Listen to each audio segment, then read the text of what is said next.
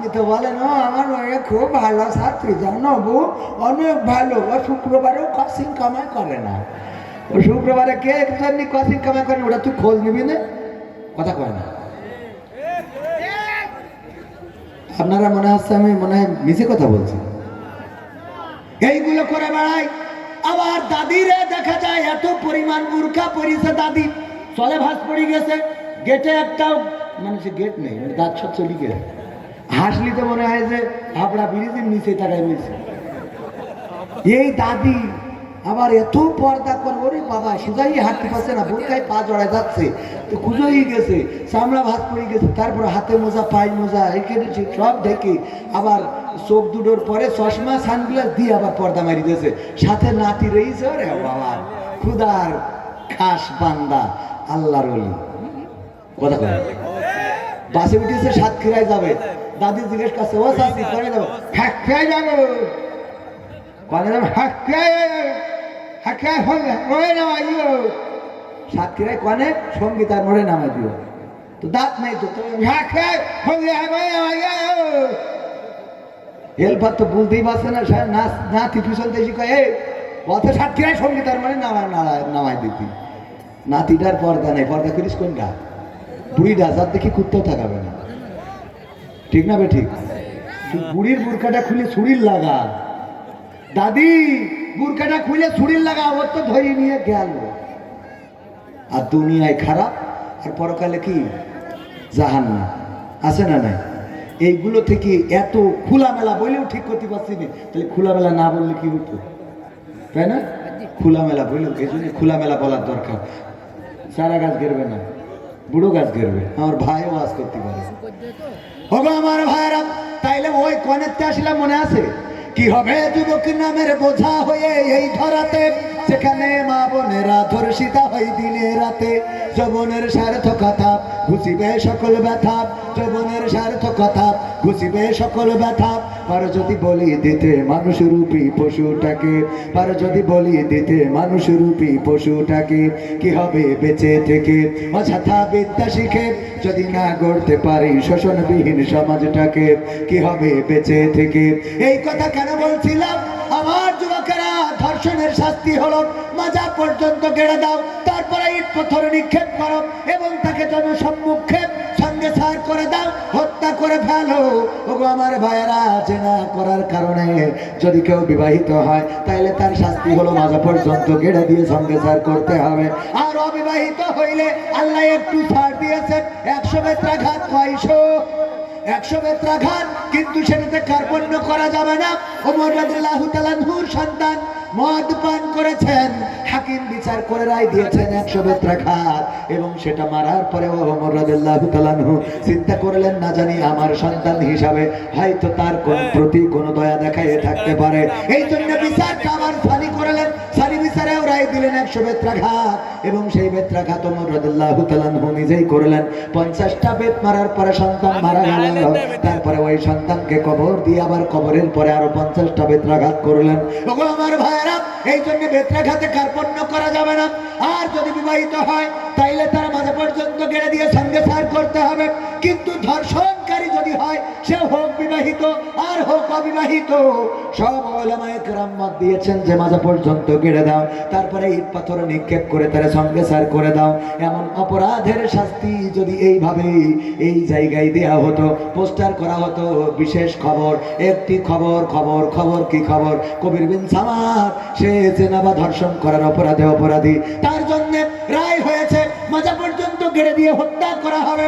ওগো কলারওয়াবাসী সবাই আসবেন এই কোটা স্কুল মাঠে, এখানে আসার পরে আপনারা দেখতে পারবেন মিডিয়ার ক্যামেরাগুলো সব লাগানো থাকতো, ওই চ্যানেলের সাংবাদিকেরা সবাই চলে আসতো, তারপরে ওই জায়গায় যখন মাজা পর্যন্ত গেড়ে দিয়ে সঙ্গে সার করা হতো, এটা যখন গোটা দেশের মানুষ দেখতো, এখানকার যুবকেরা তরুণেরা দেখতো, তরুণীরা দেখতো, আমার মা বোনেরা যদি এমন অপরাধের শাস্তিটা কি এটা দেখতো, বলেন দেখি এই লাইলাতুল ফেব্রুয়ারি 14 তারিখে আমাদের কি আর শোনা লাগতো যে গদখালি যাওয়া না? ওরা এমনি এইটা দেখার পরে গদখালি তো যাওয়া দূরের কথা, স্বপ্নের দোষটাও বন্ধ হয়ে যেত, বলেন ঠিক কিনা? কারণ ওরা বুঝতে পারতো এই অপরাধের শাস্তি কি। যদি কোনো মেয়ে বলতো, দেখো তুমি আমারে যদি গদখালিতে না নিয়ে যাও, ওই তো একজন প্রেমিক ধাড়ি ছাগল চুরি করে হলেও গিফট কিনেছে, আর যদি বলতো আমি তোমারে উল্টো গিফট করবো, বলতো তোর গিফটের দরকার নেই, আমি জান হারাইয়ে তোর গিফট নিতে পারবো না। ঠিক না বেটে? ও আমার ভাইরা, এই জন্য আল্লাহ বললেন ইয়া আইয়ুহাল্লাযীনা আমানু কু আনফুসাকুম ওয়া আহলিকুম নার, ও ঈমানদাররা তোমরা নিজের আগুন থেকে বাঁচো আর তোমাদের সন্তানদেরকে আহালদেরকে বাঁচাও। আজকে যেই সন্তানেরা অন্যায় করে বেড়ায়েছে, অপরাধ করে বেড়ায়েছে, ঘুরে বেড়ায়েছে, এইগুলো আমার আপনার সন্তান, আমার আপনার কলিজার টুকরা। এই কলিজার টুকরা আপনাকে আমাকে জাহান্নামের দিকে নিয়ে যায়। কয়দিন আপনি খোঁজ রেখেছেন? আপনি কি সন্তানকে কন্ট্রোল করার চেষ্টা করেছেন? আমরা ওয়াজ করতে আসলাম, আমাদের ওয়াজে সব হেদায়েত হয়ে যাবে না, তা হবে না, হবে না। আপনারও কন্ট্রোলের দরকার আছে না নাই? কলিজার টুকরা সন্তানদেরকে মানুষের মতো মানুষ যদি বানাতে হয়, ছোট্টবেলায় কোরআন শিখাতে হবে, আল্লাহর পথে চালাতে হবে। ঘুম থেকে উঠে সন্তানকেও ডেকে মসজিদে নিয়ে যান, ছোট মানুষটারে মসজিদের সাথে সম্পর্ক করে দেন। কিন্তু না, আমাদের পিতারা সিগারেট টানে, বিড়ি টানে, চায়ের দোকানে বসে, আর সন্তান চায়ের দোকানের পিছনে যেয়ে গাঞ্জা টানে। বলেন সুবহানাল্লাহ। ও না না, সত্য বললাম না মিথ্যা বললাম? সন্তান যদি দেখে আমার পিতা বিড়ি খায়, আমার পিতা সিগারেট খায়, ওই সন্তান গাঁজা খাওয়াটা সহজ, একদম কঠিন কিছু মনে করবে না।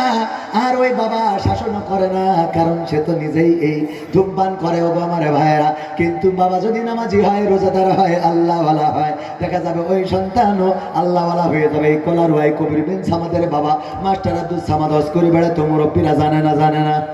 অনেক মুরব্বী চিনে থাকতে পারেন মাস্টার আব্দুল সামাদ। এই কলার ওয়াজ করেছে আমি ছোটবেলায়, আমার বাবা মারা যাওয়ার পরে 2004-5 এই সালের দিকে এই দিকে এসে ওয়াজ করে গিয়েছি। কোন অঞ্চলে যেন এসেছিলাম, আহলে হাদিসের আধিপত্য আছে সেখানে। আমি যখন দুরূদ পড়লাম, আল্লাহুম্মা সাল্লি আলা সাইয়্যিদিনা মাওলানা, বলতেছে এই দুরূদ এখানে পড়া যাবে না, দুরূদ পড়তে হবে আল্লাহুম্মা সাল্লি আলা মুহাম্মাদ ওয়া আলা আলি মুহাম্মাদ। ছোটবেলায় সেখানে এসে ওই লেখায় আমার আব্বার খুব জনপ্রিয়তা ছিল। ওগো আমার ভাইয়েরা, আমার আব্বা বক্তা ছিলেন, আল্লাহ রাব্বুল আলামিন ওই পথে আমাদেরকেও চালিয়েছেন। আর আপনি যদি বিড়িখোর হন, যাই করে হোক তাই করে হোক, ওই পথে চলবে। এখন সিদ্ধান্ত আপনার, আপনি ভালো হবেন না খারাপ হবে, কথা কয় না? সিদ্ধান্ত কার? আপনার। পরে আল্লাহ দায়িত্ব দিয়েছে, নিজের আগুন থেকে বাঁচো, অপরকে আগুন থেকে। আমি ইসলামী গান করি বলে যখন রকিরে গান গাইতে দিয়েছে, তখন সে একটা ইসলামী গান গেয়েছে।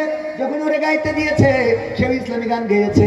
আর যদি আয়ুব বাচ্চুর সাথে কেউ আসতো, যদি আসিফের সাথে কেউ আসতো, তারা যদি গান গাইতে দিত, সে বলতো আল্লাহ বলো, এই বলতো ও পিয়া, ও পিয়া তুমি কোথায়। গাইতো না? গাইতো না? কথা কয় না? যারা যেই পথে চলে তাদের সঙ্গীরাও সেই। আপনাদের মনে হইলো বাজে কথা বললাম?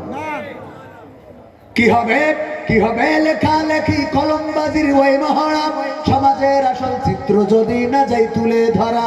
যদি ওই ঘুষের বলে কলমটা উল্টো চলে, যদি ওই হ্যালো কলে ক্যামেরা উল্টো বলে, তবে কি যাবে রোখা দুর্নীতিকে, তবে কি যাবে রোখা দুর্নীতিকে। কি হবে বেঁচে থেকে অযথা বিদ্যা শিখে, যদি না গড়তে পারি শোষণবিহীন সমাজটাকে। কি হবে বেঁচে থেকে, কি হবে নামাজ রোজা ইমানদারির বড়াই করে, কোরআনের কর্মীগুলো থাকে যদি কারাগারে। কি হবে নামাজ রোজা ইমানদারির বড়াই করে, কোরআনের খাদেম যারা তারা যদি থাকে কারাগারে। মসজিদের কোণে বসে জিকির যত করো কষে, মসজিদের কোণে বসে তাসবিহ যত টানো ঠেসে, এভাবে যায় না পাওয়া আল্লাহকে, এভাবে যায় না পাওয়া আল্লাহকে। কি হবে বেঁচে থেকে অযথা বিদ্যা শিখে, যদি না গড়তে পারি শোষণবিহীন সমাজটাকে। কি হবে বেঁচে থেকে, কি হবে আলেম হয়ে ইমাম সেজে মসজিদেতে, পারে যদি সত্য কথা উচ্চ স্বরে না বলিতে। ঠিক না বেঠে?